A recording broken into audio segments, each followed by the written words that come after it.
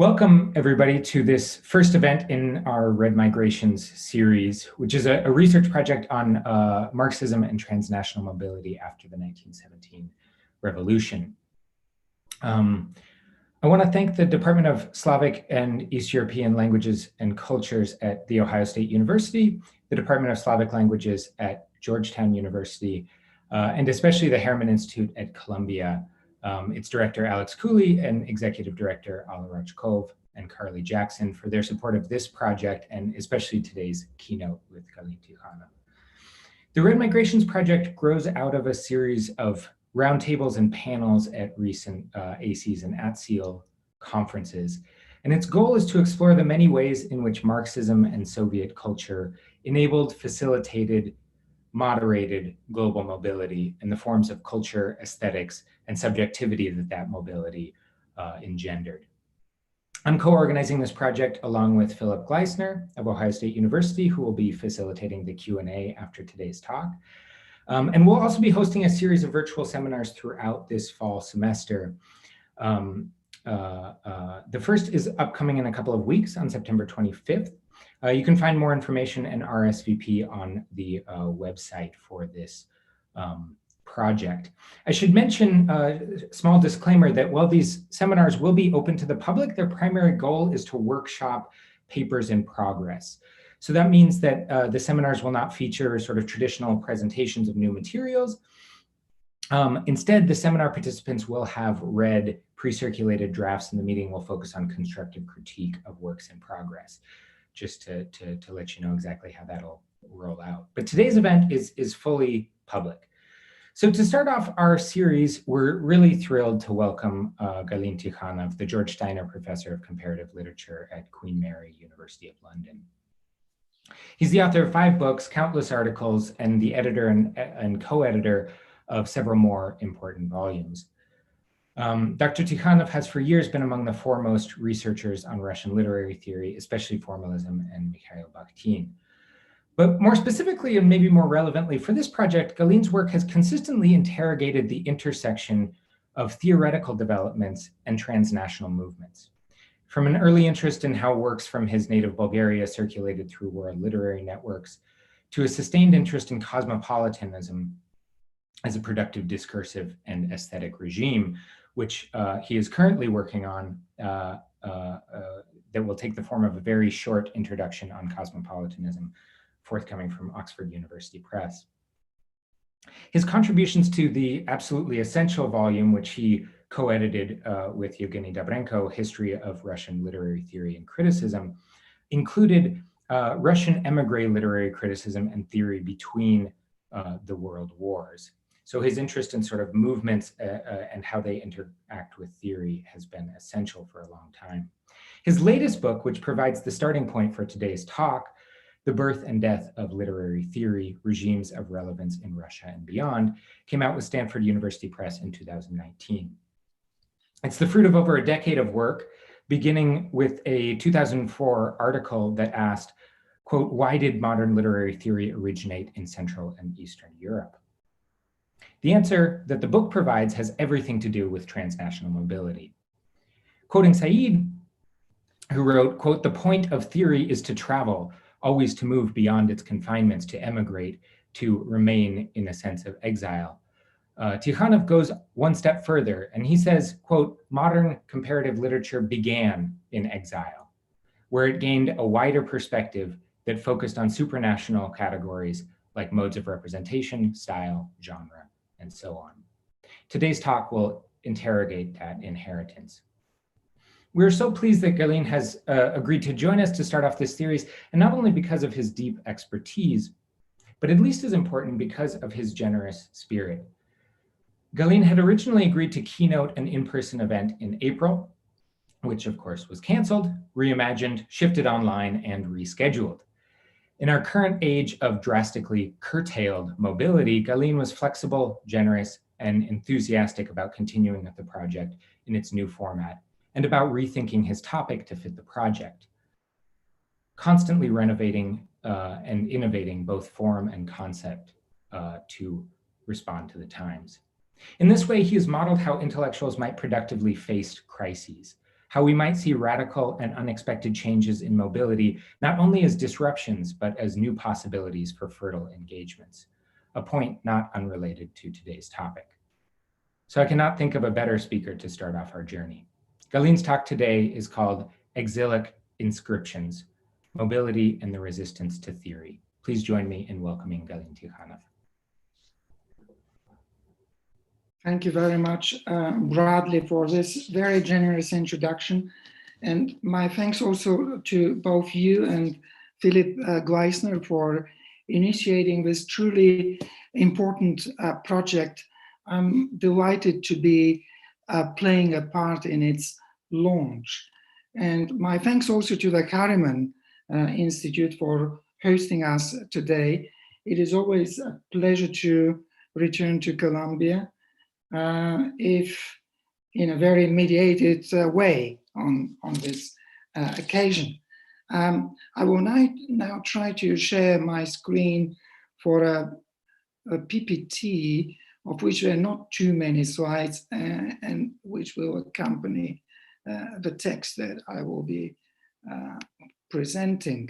So I hope you can see now this PowerPoint. And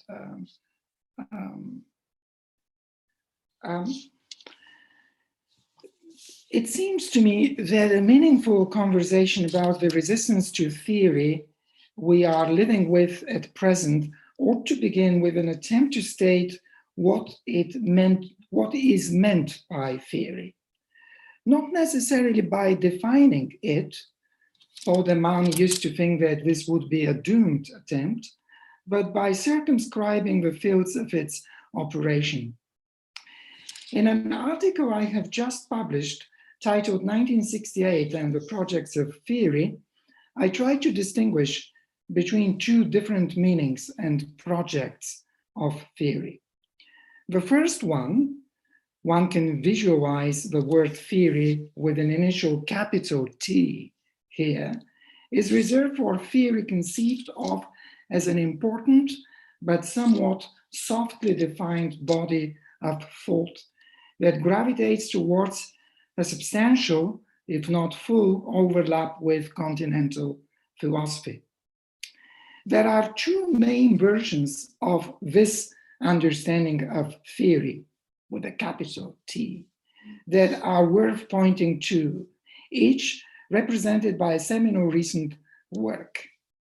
One is the equation of theory, with a capital T, with French post-structuralism.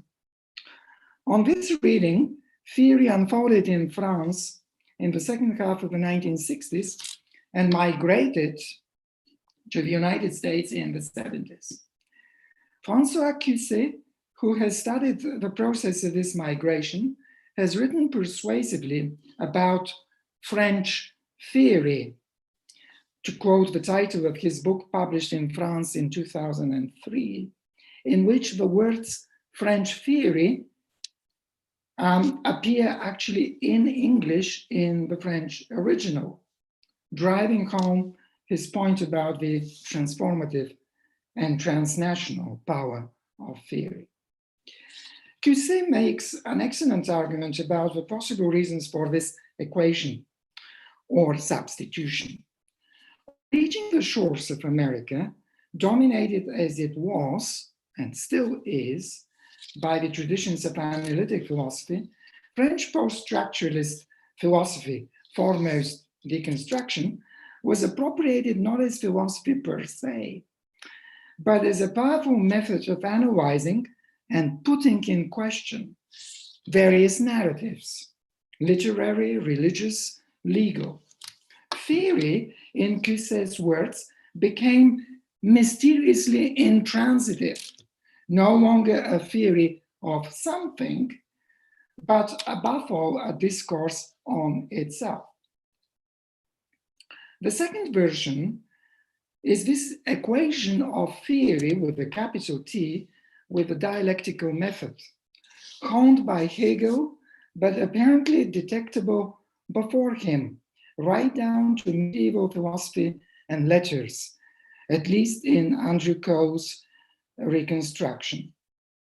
Theory in the second version allows one to perform a move within philosophy, away from philosophy, as Cole would have it when he associates the birth of theory, with a capital T, with Hegel. Again, the ensuing claim is all-encompassing. I quote, "Theory historicizes thought, studying its materialization across disparate forms of human experience. Music, literature, art, architecture, religion, philosophy, either in a diachronic or synchronic analysis, or aspirationally both at once," end of quote. There is, however, also another understanding of theory, and we could imagine the word theory being written with a small t here. It focuses on a particular time-limited episteme and on a much more well-defined area, that of literature or the other arts, music, architecture, theater, film, etc. The episteme I'm referring to must be time-limited, for it is itself a product of a time-limited regime of relevance that bestows on literature or these other arts a sense of autonomy and self-sufficiency, without which the semblance of timelessness constituted in the act of theoretical reflection, with its uncovering of seemingly universal principles or even immutable rules, would not be possible.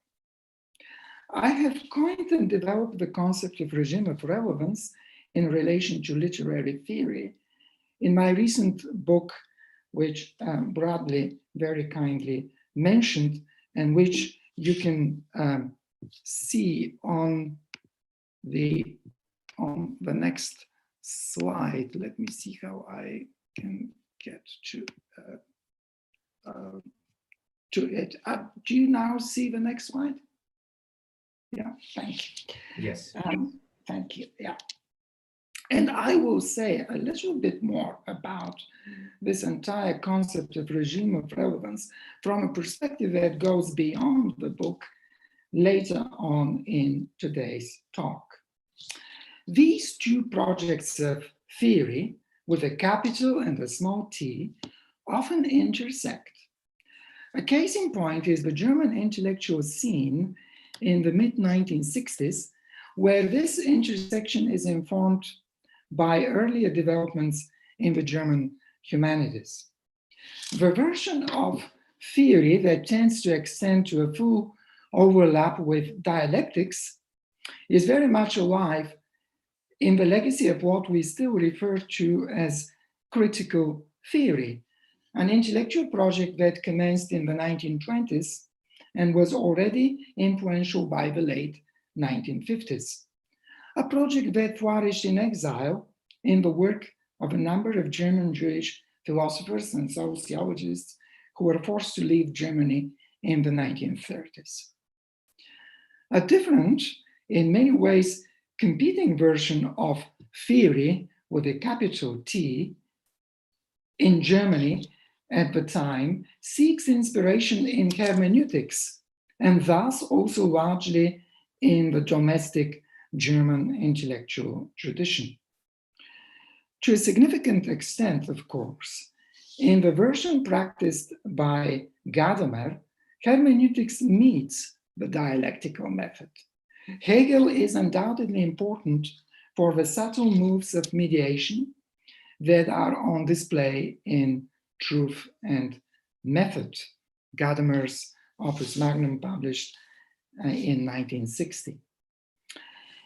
It seems important to me to stress the fact that in the German context, theory with a capital T met theory with a small t on the terrain of philosophical and literary hermeneutics, in conversation with which later the well-known brand of reception theory evolved, arguably the only original contribution to literary theory to hail from Germany in the mid to late 1960s and the early 1970s in a field so vehemently penetrated and dominated by French theorists. In 1963, the group Poetics and Hermeneutics was founded in Germany, building in its work on philosophical hermeneutics and essaying to adapt its procedures for the tasks of literary hermeneutics by also drawing on rhetoric and on structuralist narratology. At its foundation, Poetics and Hermeneutics was conceived as an interdisciplinary group with the prominent participation of both philosophers, all of them, as it happens, with strong credentials as conservative intellectuals. Hans Blumenberg was amongst the four co-founders. Jacob Taubes and Otto Marquardt participated in some of the meetings, but also literary scholars alongside the philosophers. Hans Robert Jauss, Wolfgang Iser, and the now forgotten Clemens Hazelhaus were the other three co-founders. And on this slide, you see the four main figures, the two main literary scholars who participated in Poetics and Hermeneutics, Jauss and Iser, and who later made this crucial contribution to reception theory, and two of the three philosophers, Blumenberg and Jacob Taubes, a young Jacob Taubes. He looked different at the time. Hermeneutics and Poetics and Hermeneutics was founded.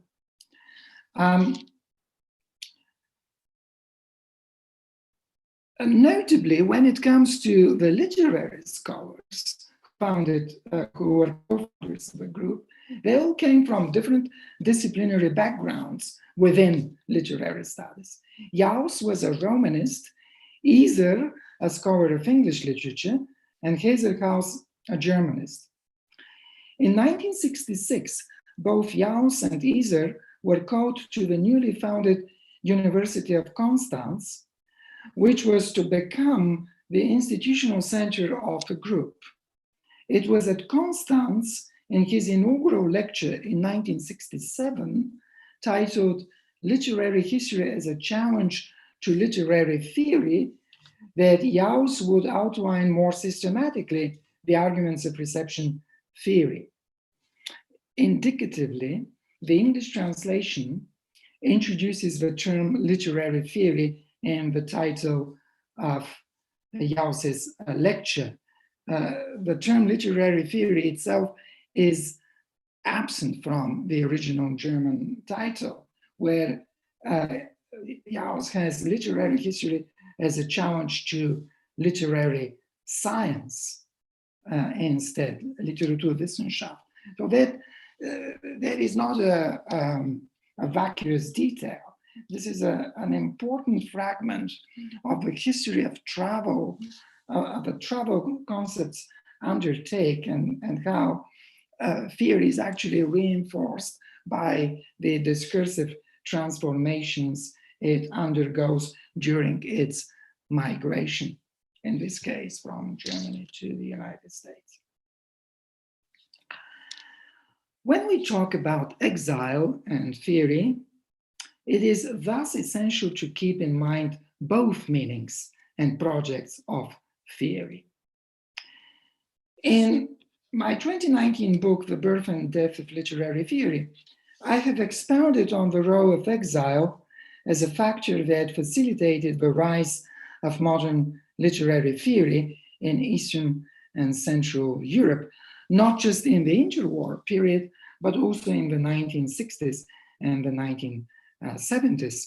Exile, of course, was also at the cradle of modern comparative literature, when comparative literature slowly and painfully leaves behind the paradigm of comparisons between national literatures and begins to deal with supranational concepts, such as mode of representation and style, an innovation signal in the work of Erich Hammerbach in Istanbul.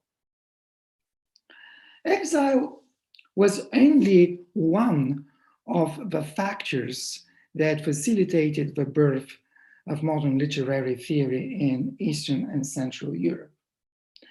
I would prefer us to think of exile, and here I'm going beyond what I said in the book, as no more than a radical figure of mobility under duress, and a form of marginal self-positioning vis-a-vis dominant discourses. This marginal self-positioning is not reduced to exilic writing or theorizing. It can also assume the forms of marginality vis-a-vis institutions and their written and unwritten rules and discursive habitus. This was certainly the position of the young Russian formalists around World War I. Shklovsky is one example instead of many. Even before he went into self-imposed exile to Berlin via Finland, he was a figure on the fringes of academia, a stray dog whose proper intellectual home was the cafe of that same name. Exile is fundamentally a practice of estrangement, and thus of creating a distance that redirects the contemplation of literature away from the naturalizing procedures that are at work in a context where one's reading and writing occurs in the consensus zone of the domestic culture. In a sense, this is what literary theory amounts to in this classic phase, making the effort of offering a universalizing account of literariness that would hold regardless of the particular languages in which this abstract quality, which makes literature what it is, gets to be embodied. But I should like to warn at the same time that exile has not always been a reliable and unfailing engine that produces theoretical advances. Exile has the propensity, built as it often is on a phenomenological experience of retrospection fueled by memory, to immure the exile into the little cell of identity politics, where there is scarcely any room for dispassionate theoretical contemplation. Not that theory lacks passion or political underpinnings, as we know from Plato through Nietzsche to Foucault. So today I wish to offer an example of how exile produces theory in ways that are less than clear-cut, illustrious, or unassailable, often reflecting the heavy compromise and costs of accommodation with the dominant discourse in the new cultural environment exiles find themselves in. This is an example of producing theory with a capital T, the intransitive version of theory, rather than the specific small t version represented by literary theory, a theory of something, in this case, literature. In my earlier work on Georg Lukács, I sought to place him in the context of what in an article published some time ago, I called the East-East exilic experience. That is, the exilic experience of left-leaning, many of them Marxist, Central and East European intellectuals who found themselves in exile in Stalin's Moscow in the 1930s. In Moscow, Lukács, with his rich and multi-coded cosmopolitan cultural formation, found himself in an environment in which cosmopolitanism had become a target of suspicion and denunciation. Just as Bela Balázs, Erwin Schinko, Alexander Watt, or Bruno Jaschensky, Lukács was cutting a lonely and insecure figure in Moscow. He was a cosmopolitan without a polis. His most important work on dialectics of that period, his monograph on the young Hegel, which he defended in Moscow as a second doctorate, exhibits a contradictory position between an innovative, even radical interpretation of Hegel's place in the history of philosophy and a tacit glorification of Stalinism. As someone who was offering a tacit theory of a dialectical method, Lukács was being rewarded for being used. The Hegel emerging from his book was a contemporary of Stalin from the time after Trotsky and the Trotskyite line had been defeated, and with them also the romantic stage of the revolution. This Moscow Hegel of the 1930s was praised for doing away with the revolutionary ideals that were thought to be impeding his ability to grasp the essence of history. And I quote from Lukács's book, Hegel's very abandonment of the revolutionary ideals of his youth enabled him to achieve a profound and true insight into the necessity of the historical process and the methodology of history. End of quote. In a sober account of his relation to Stalinism, Lukács, much later in the 1960s, clearly stated that throughout the 1930s, he did not find it necessary to criticize or depart significantly from Stalin's line. This one can read in Lukács's late article über Stalin hinaus, beyond Stalin. It was this subscription to Stalinism, however refined and subtle in Lukács's execution, which in the end compromised his chance to exercise a wider influence through his interpretation of Hegel. In defining Lukács's position, we have to bear in mind the different course of his intellectual formation and his Central European cultural inheritance that couldn't simply vanish with his arrival in Moscow. Károly Kokály has made a strong case for Lukács being essentially a Central European intellectual who turned for solution in succession towards the West and towards the East, failing in both directions. Lukács did not make it into German academia. His habilitation plans at Heidelberg were frustrated because of what Max Weber's colleagues judged to be an over-essayistic, often unruly writing style and an insufficiently systematic approach. Nor did he make it, after all, in Moscow, where he was constantly dogged by a lingering suspicion of elitism and foreignness, which barred his access to positions of real political and ideological power, and culminated in his arrest in 1941. All this added to Lukács's predicament during the 1930s and severely limited the choices available to him. After accepting the Comintern criticism of history and class consciousness, which had appeared in 1923, and volunteering self-criticism, Lukács's intellectual autonomy was substantially eroded. Settling in Moscow only aggravated this process.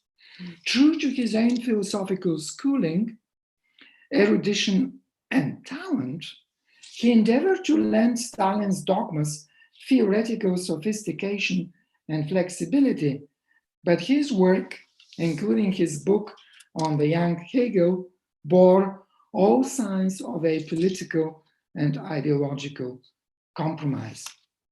His turn to Hegel bears the imprint of a reconciliation with Soviet reality and a benevolent attention to the role of a great personality in history.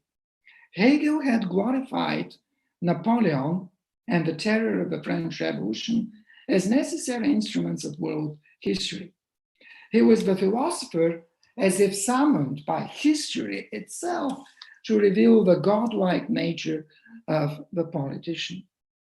In the 1930s, Lukács's approval of Hegel's glorification of Napoleon amounted in turn to a silent approval and justification of terror, Stalin, and the Communist Party as embodiments of reason in world history. Lukács's theoretical experience of an exilic theorist who writes in a space of in-betweenness, neither Western nor Eastern, neither German nor Russian, takes me to my second example today, on which I wish to spend a little less time. In-betweenness is often highlighted in the literature on exile as one of its constitutive features. But in the work of the Eurasians, a cultural and political movement in exile between the two world wars, and in particular in Nikolai Trubetskoy's and Pyotr Savitsky's writings, in-betweenness becomes something much more. It turns into an object of theoretical reflection and informs an entire new discourse on collective identity. Eurasian as a hybrid, synthetic, and affirmatively in-between condition. And in Trubetskoy's case, crucially, also a discourse of decolonization and the theory of decolonization. This second example rests on current research that I'm doing at present. And here you can see the four founding fathers of the Eurasian movement, very early in the 1920s, 1920, 1921, where they all found themselves briefly in Sofia before continuing on, Savitsky to Prague, Suvchinsky to Paris, Florovsky to America, and Trubetskoy eventually to Vienna.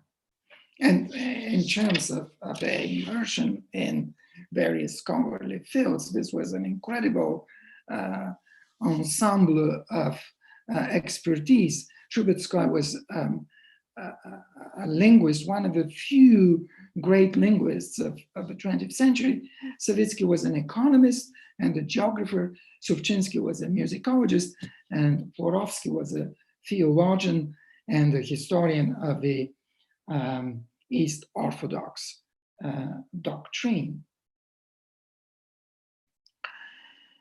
Trubetskoy's most important ideas were formulated in a slender book published in Sofia in 1920, in whose title the words Eurasia or Eurasianism are not yet present.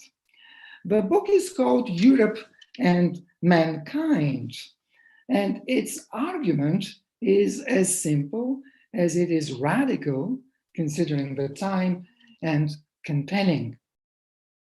Up until then, this argument that I reconstruct today would go, the West, or the Romano-Germanic culture, as Trubetskoy would put it, was putting a sign of equality and identity between Europe and humanity. Europe is humanity at large. Europe is the entire world, certainly in terms of its future direction of travel.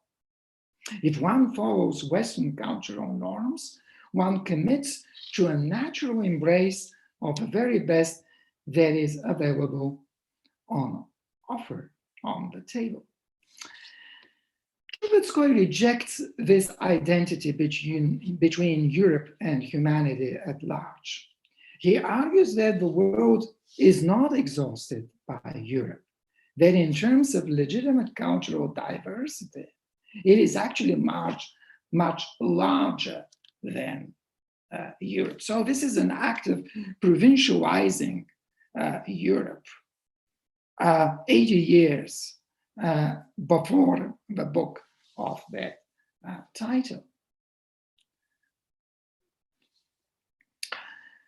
Trubetskoy, what is more, pierces through this equation of Europe with the rest of the world and concludes that the Western promotion of cosmopolitanism, once again, this troublesome concept that we encountered in our discussion of Lukács, is nothing more than a thinly disguised tool of Western culture, an instrument of domination and suppression of smaller cultures.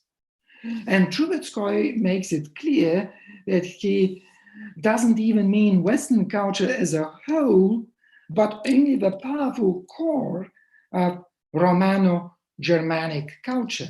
As a linguist, he certainly included under Germanic also the Anglophone world, as English was, of course, considered by him a member of the Germanic family of languages. One might argue against Trubetskoy's use of cosmopolitanism as fully synonymous with universalism. But the fact remains that Trubetskoy recognizes the Western baggage behind both concepts, cosmopolitanism and universalism, and sees in cosmopolitanism an ideological smokescreen that conceals Western ambition and power drive. An early and so far unnoticed predecessor of Frantz Fanon, Trubetskoy is exercised by the question of the role the respective local intelligentsias of the smaller, forcefully westernized nations should play in unmasking the Western hunger for domination, which the notion of cosmopolitanism facilitates.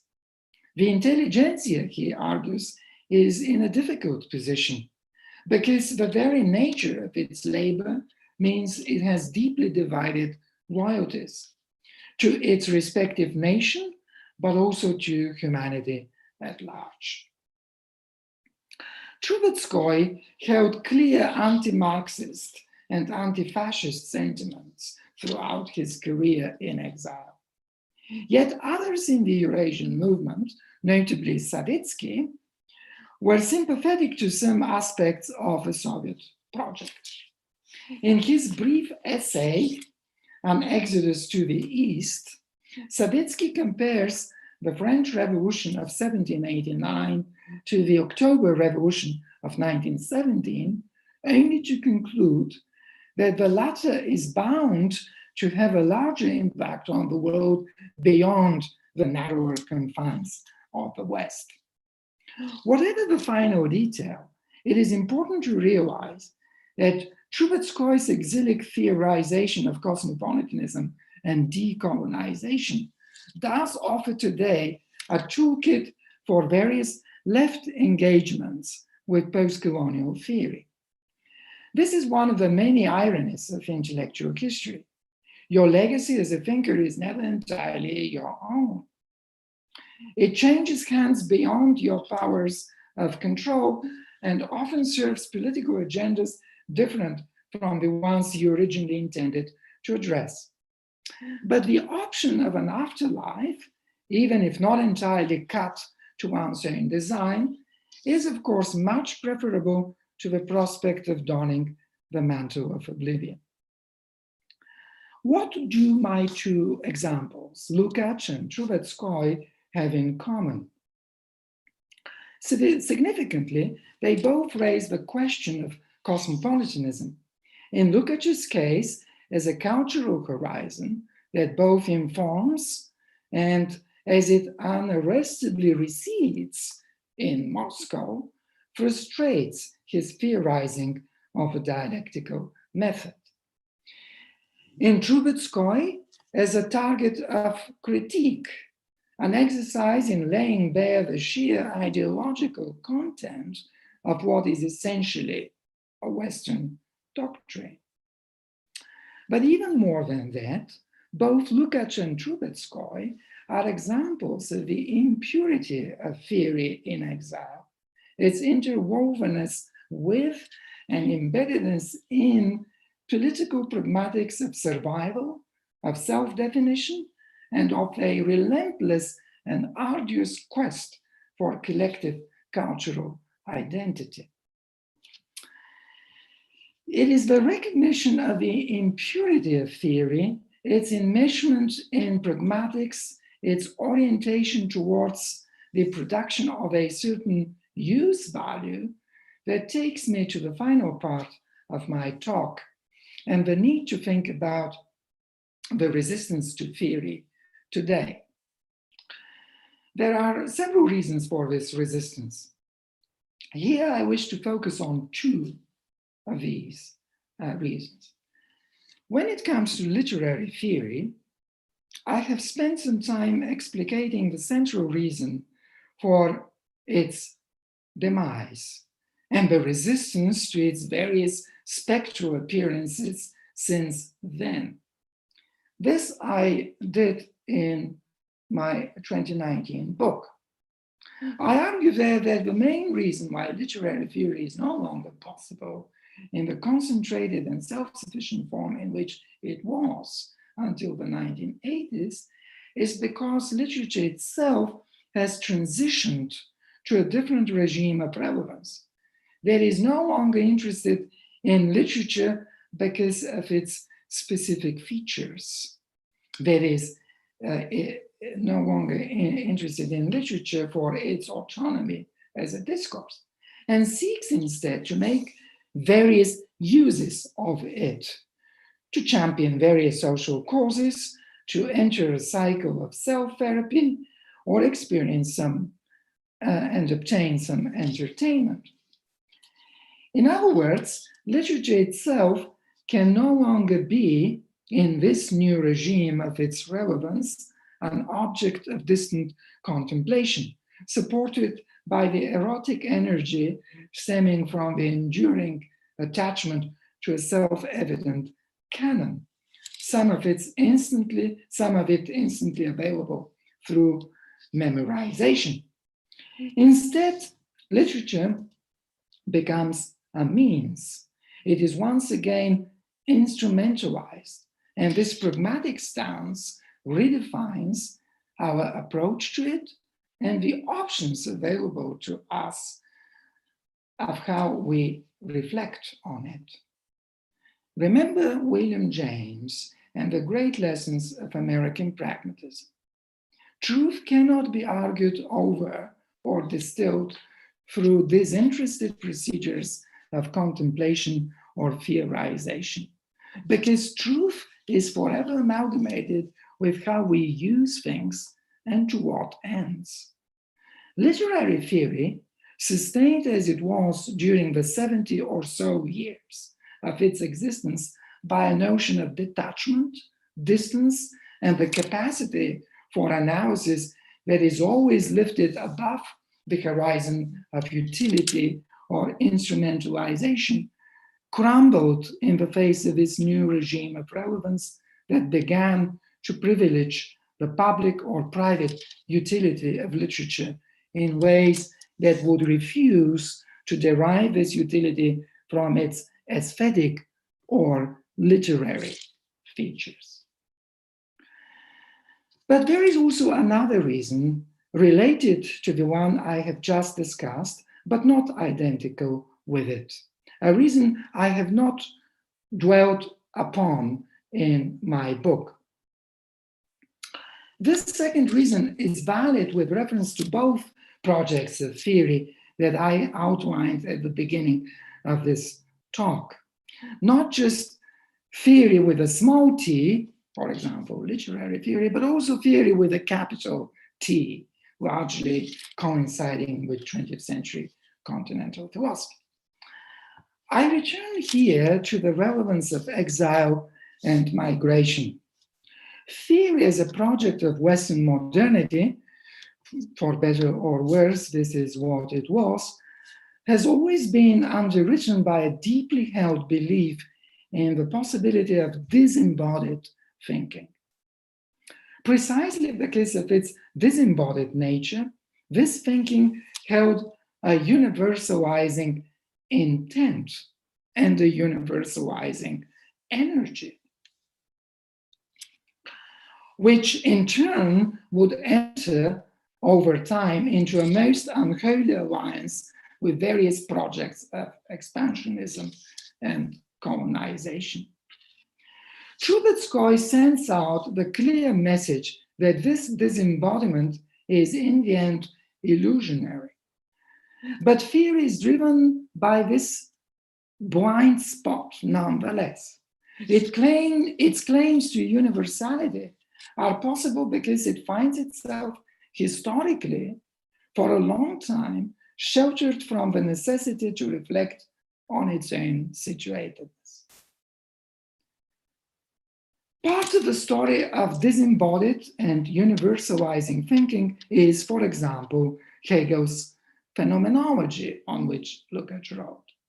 Just as another part is the work of the Russian formalists. The formalists genuinely believed that the material they were reflecting upon had universal significance and applicability. Thus, it didn't really occur to them to seriously test their hypothesis on samples of writing drawn from other cultural contexts. Arabic literature, Chinese literature, Sanskrit literature are very much expunged from their literary Eden. For this, they were rightly criticized by one contemporary, the budding Orientalist, at the time still a PhD student at Petrograd, Alexander Holodovich. The young Koreanist asked the formalists in earnest how they would afford to claim universal validity for their theoretical insights, given that the material on which their analysis were based was exclusively Western, European, with a smattering of American literature. The difference between exile and migration becomes essential here. Exile is an individual experience. Migration places mobility in the frame of mass experience, and thus gives us a very different prism on the encounters between the West and a whole number of powerful cultural zones in which literature functioned differently for centuries and was reflected upon with a different methodological toolkit, that of poetics rather than theory as such. If we look at Shklovsky, Jakobson, Trubetskoy, Lukács, and countless other exiles, their experience of exile was no doubt an experience of cultural encounters with otherness. But this experience was still evolving in the relatively culturally homogeneous environment of the West, Europe, and America. Today's reality of mass migration confronts us with an altogether different experience. According to the United Nations, the number of migrants and refugees currently approaches 80 million. So let us imagine an entire country with a population the size of Germany or Turkey, unbound, relocated, and dispersed, sometimes forcefully, forming vast and unstable contact zones, conglomerates of cultural fluidity and heterogeneity. This experience of mass migration has fed into a sober recognition of the non-binding nature of Western aesthetic and cultural experience. With this, theory has hit a real buffer, reaching the limits of its own validity in how it identifies and seeks to reflect on phenomena that cannot be conceptually tamed with the frameworks of disembodied thinking. Evoking Adorno and Horkheimer, I would argue that what we could call the dialectic of globalization is a powerful factor in our current resistance to theory. Globalization has opened up the space beyond its initial and concomitant effects of leveling out and commodifying difference to an appreciation of a highly complex constitution of culture, of which the patterns and models worked out in the course of European and American history are anything but compelling or universal.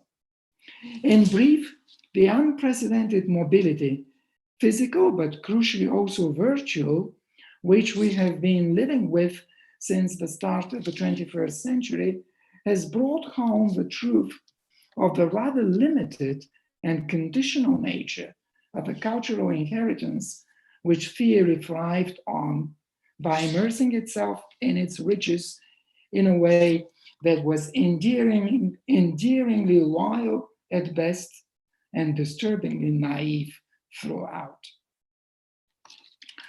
COVID-19 will bequeath to us, when it eventually recedes into the background, a situation of heightened vulnerability of the Anthropocene belief in a human-centered, rational, and progressive West.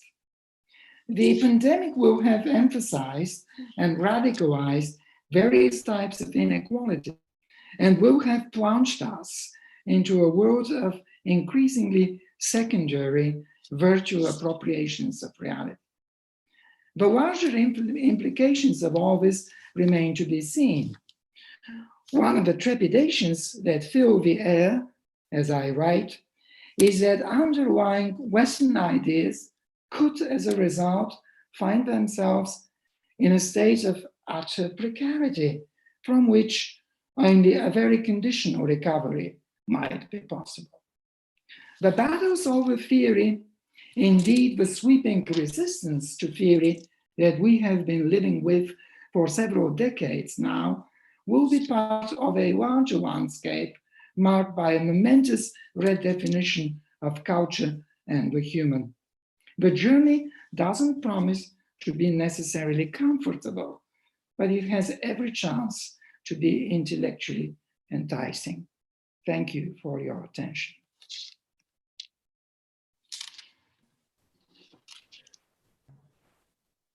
Thank you very much. This is truly a thought-provoking and stimulating lecture. I think moving forward, you put out a lot of ideas that we should keep thinking about, and I want to take this opportunity to open the Q&A and I briefly explain how that actually works. If you're in the audience on Zoom, you will be able to click the Q&A button that is at the bottom of the Zoom window, and you can type in your questions, and we will answer these, we will ask Galin Tihanov to answer these questions for us, rather. If you're on YouTube, you can type them into the YouTube chat, and we will monitor that as well. I understand this will take a moment because typing takes longer than raising your hand, but I want to take a second to point out that I think what we can take forward from this, there is a lot to think about, and I'm kind of processing as we go along the many things you thought. But the interesting moment that we had preparing for the seminar was looking through questions of, well, we are all interested in one way or another in the mobility of theories or pieces of theories or concepts attached to people as they move in space. And on the other hand, we have this collective endeavor of trying to actually theorize something. And I think your point that you made in the end is very interesting, that question of, well, theorizing mobility and migration, there we're in a very tricky territory, and increasingly so.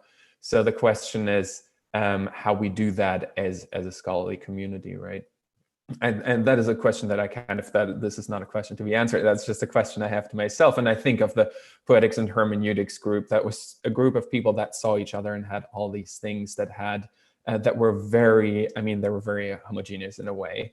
Also, not only were they present in one space, and of course, this is something that we're breaking apart from very much. So I think this is a really great start off to our kind of, if we think of this as an experimental mode moving forward with our seminar and the volume that we're trying to develop out of this. So thank you for getting us started thinking on this. We don't have questions yet. Bradley, do you have a question that you want to raise?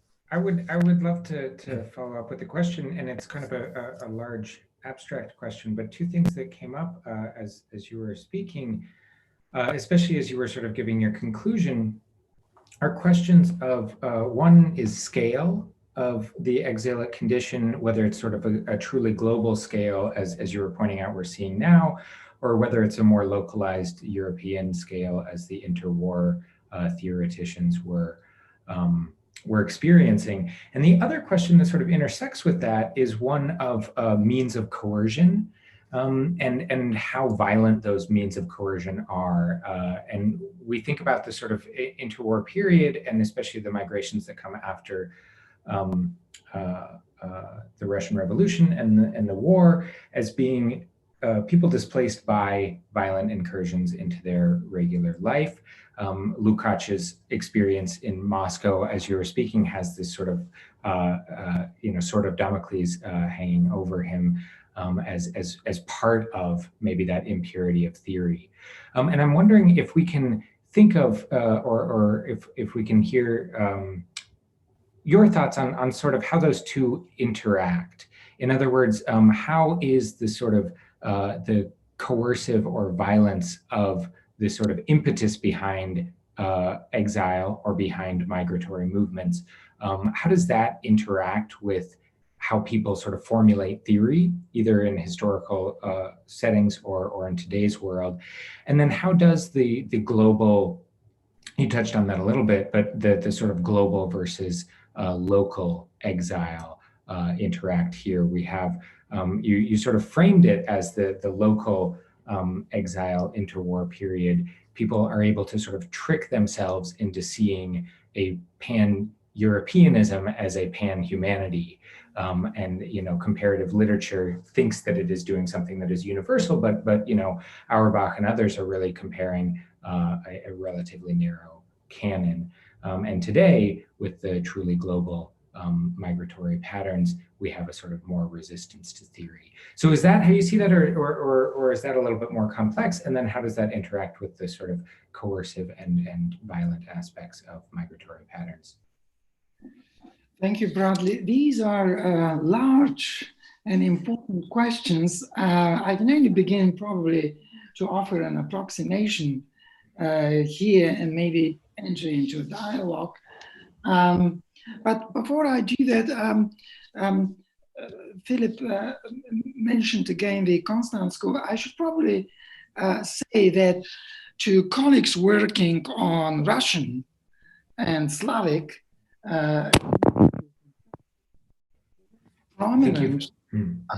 most prominent representative of this Constance formation was and is still Renate Lachmann, who has made remarkable contributions to various areas of Russian literary history.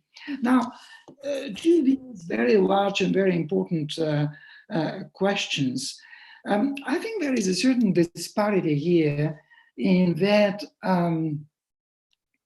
we have to recognize exile and migration as global phenomena, but we also have to contend with the limitation of our approach to them, which is very often an approach derived from the specific parameters of European political and cultural history. And this is an important disparity that we need to be aware of, and we need to seek to transcend if we are to rise up to the challenge of thinking exile and migration globally. And when I talk about the constraints of the European prism on exile, I don't mean this solely in terms of space, least of all. I really mean it in a much more important methodological sense, because the very core of our modern understanding of exile was worked out in the course of this typical European occurrence that we refer to as the building of nation states during the long 19th century. Why is this important? It is important because this coincides in terms of modes of creative writing with Romanticism. And Romanticism bears a very strong imprint on how we understand exile historically and today. And Romanticism is responsible for this notion of exile as an example of either radical suffering or radical creativity. Often we would find the two narratives conjoined and in a state of synergy, but it doesn't mean to say that this synergy is the right way to look at exile. I have long argued in favor of an approach to exile that deliberalizes it.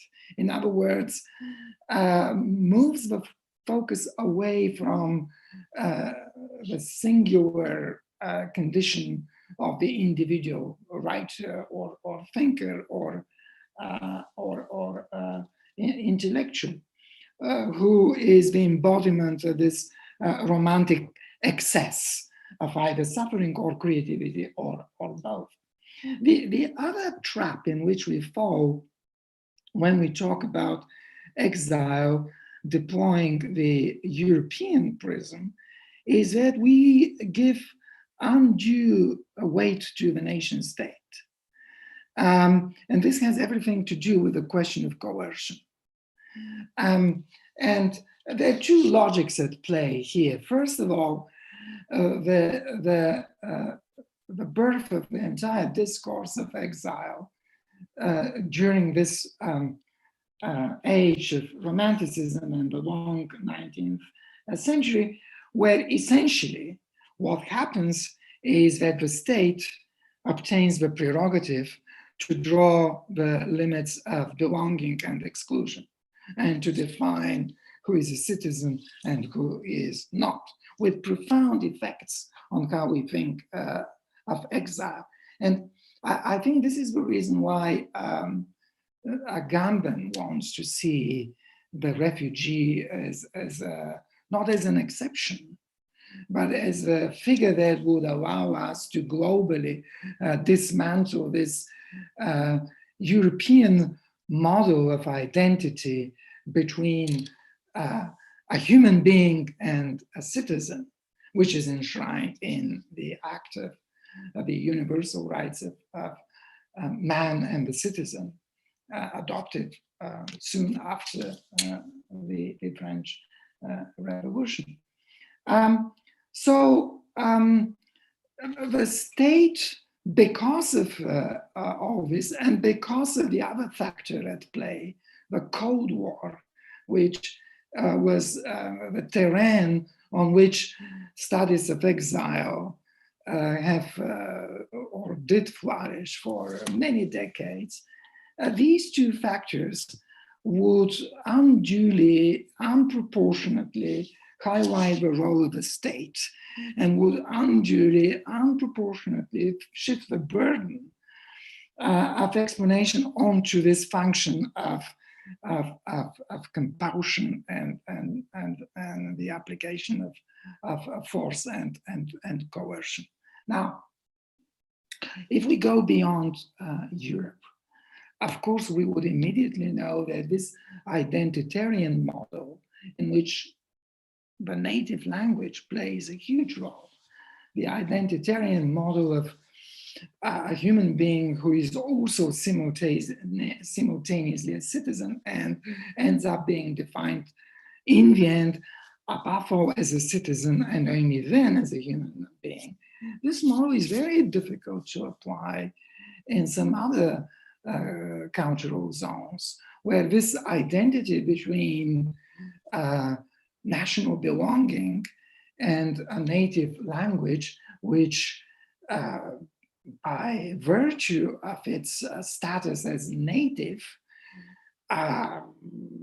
gives you the right of belonging to the nation, and the native language and the nation, they of course have the same semantic root of natio, of birth.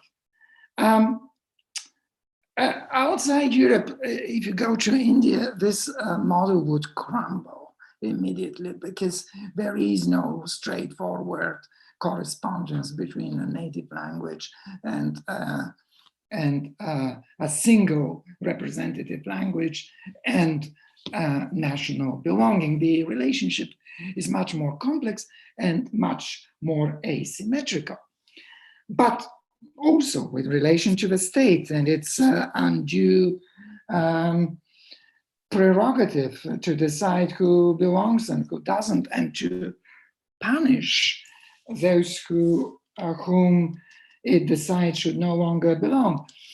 If you go back before the 18th and the 19th century, you would discover a totally different model of exile, which is not based on the prerogative of a nation state, and which is based on the flexibility of empire, which practices banishment and various forms of internal exile, where the dialectics between punishment and the right to self-exile in order to preserve yourself and to continue to work and write, this balance is much more immediately available than it had been during these decades of a Cold War, or ever since the 19th century, when all these Central and Eastern European literatures would be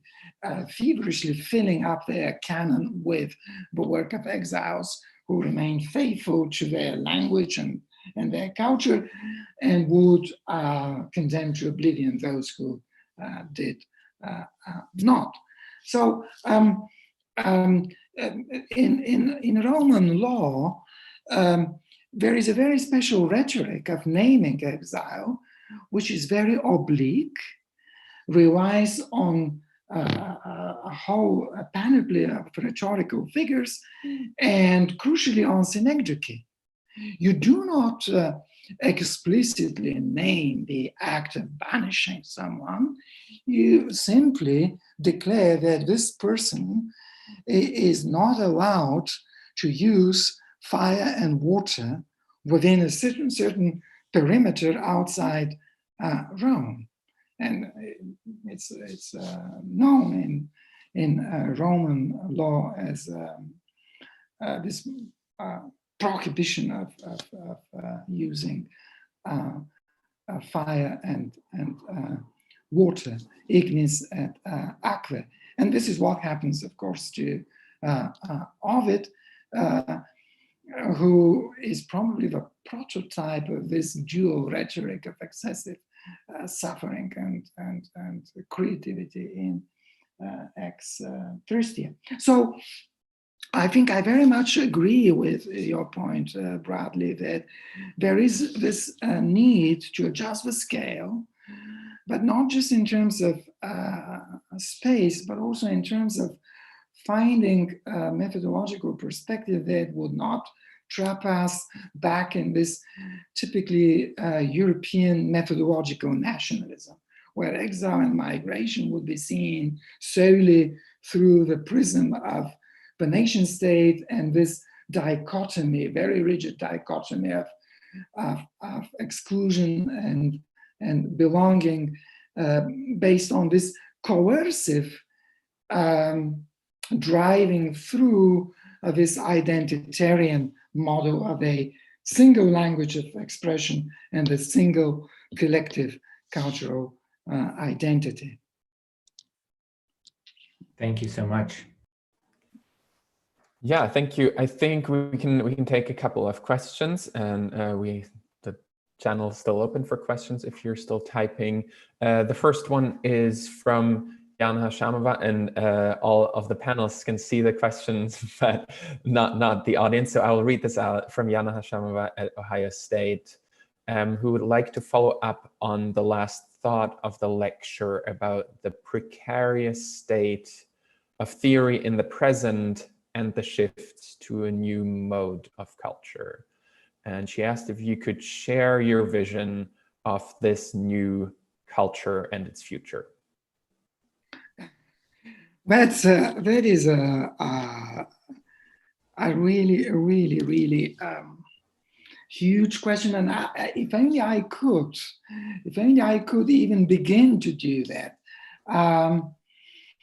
It's not a good idea to be tempted into this discourse of prognostication, and I'm pretty sure this task of beginning to really put our fingers on the contours of what is to come, on the future shape of culture to come, that is really a shared task, and a task that is perhaps best undertaken in genuine dialogue. I suppose what I could venture now, what I could very unreasonably risk now is perhaps to say that I do think that the mediated nature of our experience of cultural difference will play a significant role in the future. The entire discourse of cosmopolitanism, I think, will be put to the test as a consequence. And I also think what is happening, if we continue to do a lot online, even if we cease to do everything online, this would probably generate a mode of communication and a mode of togetherness that, in a sense, would make it difficult to articulate a sense of solidarity. And that worries me, because anthropologically, your responsibility to people you see solely online can never be the same as your responsibility of sharing fellow humanity with them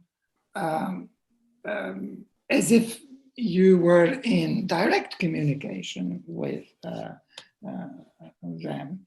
I mean, there is this recurrent theme in anthropology, how technology sets limits to our capacity for empathy. And when the first TV sets arrived in Germany, Arnold Galin would begin to write about this, and he would say that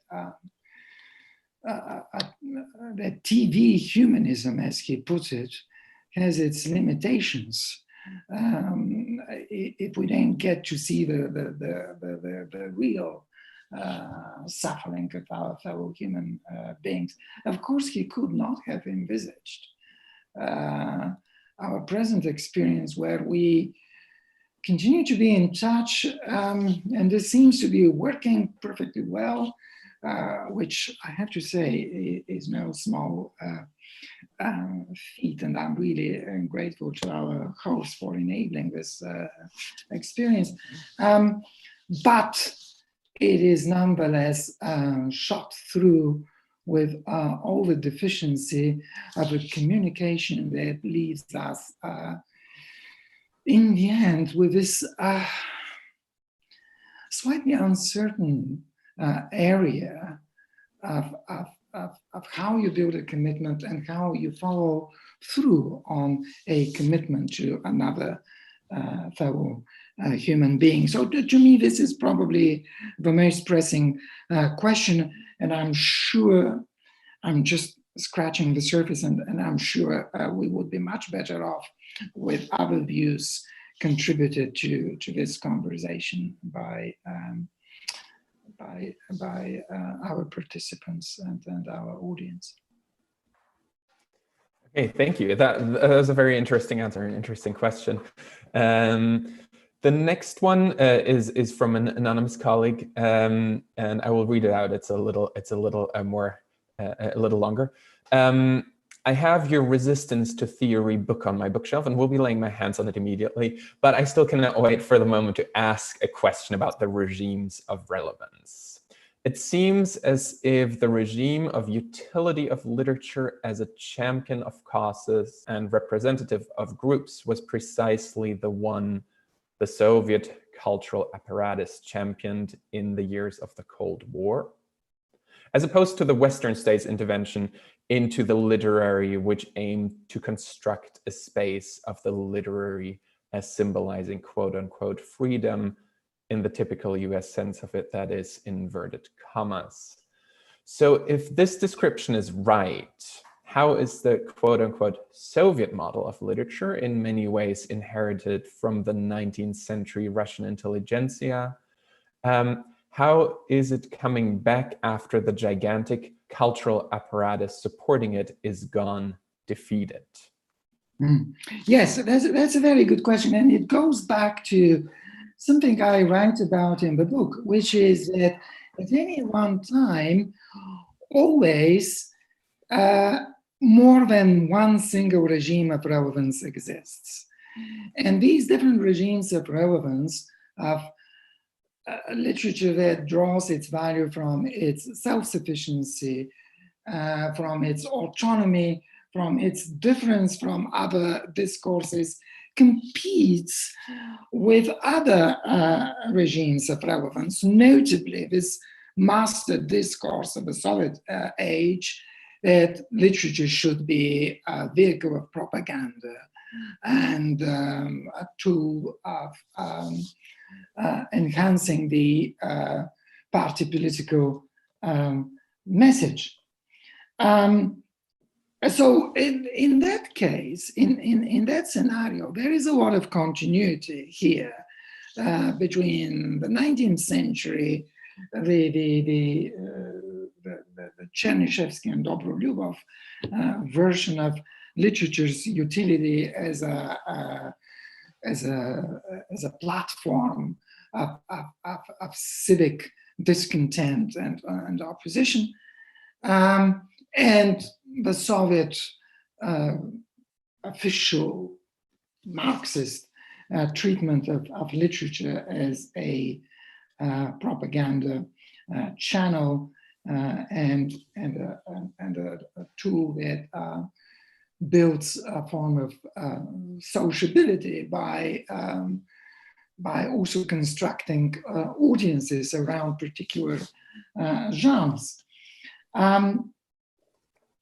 There are two things I want to say here. First of all, Slavists sometimes tend to treat the Russian experience as exceptional, including this notion that only in Russia was literature performing this role of social and political utility in the 19th century, and in a different way, very much also in the 20th century. This is actually not entirely true. And if you look at various European literatures in the 19th century, Central and Eastern European, you would find that in various ways, this is what literature does. It is part of the national self-definition. It is sometimes part directly of the national struggle for independence, or through these very powerful currents of realism and critical realism. It is part of a larger discourse of social equality. And the second moment I would like to highlight is that in opposition to this official regime of relevance that sees or honors literature for its public social and political utility, in the Soviet Union, throughout the interwar period, there exists this very powerful but thriving on the margins discourse and regimes of relevance that sees literature through the prism of detached theoretical reflection, either for its autonomy in the way that the Russian formalists did, or for its participation in larger cultural, but not political and social formations in the way people such as Jeremiah Joffe or Olga Freidenberg did. So if you look at the formalists, or if you look at Bakhtin, who is more in the latter camp, people who resist this notion of the political and social relevance of literature, but who think of literature from the point of view of philosophy of culture and see literature as part of larger cultural transformations. All these people were really doing their work very much on the margins. The Russian formalists were, and so was Bakhtin. And this is rather telling. Innovation really occurs on the margins. In this case, also conceptual innovation. So yes, the landscape is rich, the landscape is varied, and it does help if we get accustomed to seeing it as a competition between coexisting regimes of relevance. Thank you very much. I think we can maybe fit one more question or two if someone else has a question and wants to type still, but we will probably also have to wrap it up soon. So one question that came up again is about the connection between exile and identity politics in the context of interwar Europe. And the question was if you could comment on that a little more, how that functioned in those years. Well, there is, I think, no better way to look at this than to arm ourselves with a number of concrete examples and work our way through them. But we probably didn't have the time to do that. What I want to say, however, is that exile rarely manages to escape identity politics. Trubetskoy doesn't escape this. Of course, he does it in a very stimulating way in Europe and Mankind. Kundera doesn't escape that. Solzhenitsyn doesn't escape that. Czesław Miłosz doesn't escape that. But there are examples of exiles who try to resist this inevitability of being drawn into a discourse of identity.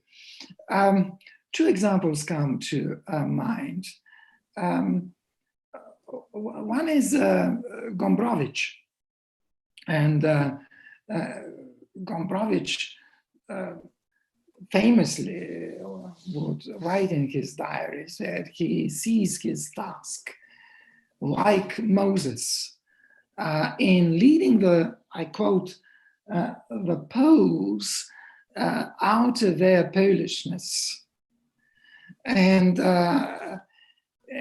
one of the way of doing that is by writing in a language that, yes, is Polish, but is deliberately not the Polish as the national language of his compatriots in the 1950s or the 1960s. Of course, this is not the interwar period as such. Probably even a subtler way is Nabokov's. But this is very difficult to attain and even more difficult to sustain, which is to write a prose that is deliberately and in a very sustained way equidistant from the serious and the comical, from authenticity and from cliche, and which is equally ironical vis-a-vis Russian, German, French, and American culture in the same breath. But this is an extraordinary achievement, and it's a singular achievement in a sense.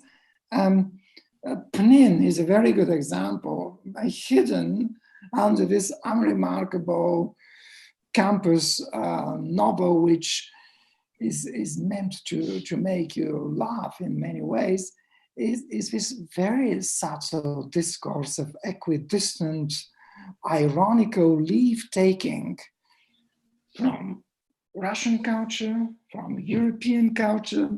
Pnin is educated in Prague and in France, and from American culture. And just reading this and analyzing this chapter by chapter and sentence by sentence with attention to how this effective equidistance is produced gives one, I think, sheer delight.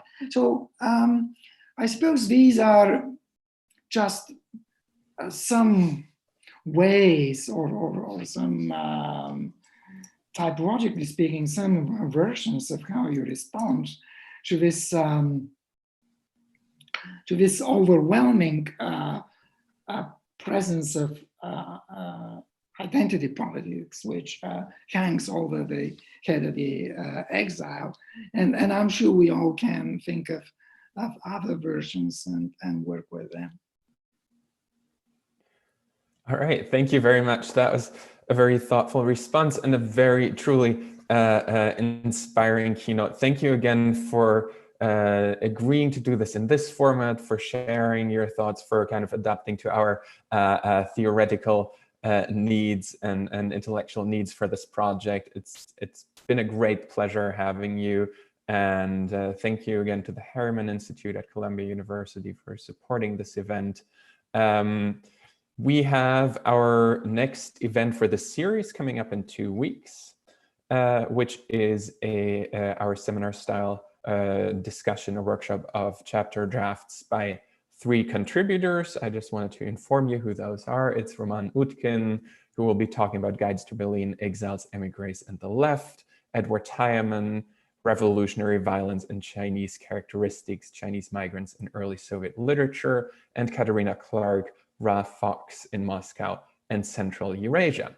And again, this is at noon, just like today. It is on Zoom, just like today. There is an RSVP on the Red Migrations website, so we can send you all the links that you need to attend this. And we hope to see many of you again in this virtual format. And again, thank you for tuning in today. Thank you, Galin Tihanov. It's been a great pleasure. Thank you too. The pleasure was genuinely mine. And I really want to thank you, Philip, and Bradley, and the Kahneman Institute, and indeed everyone who attended and who contributed to the discussion. Thank you very much. Thank you so much, Galin. This was great. Thank you.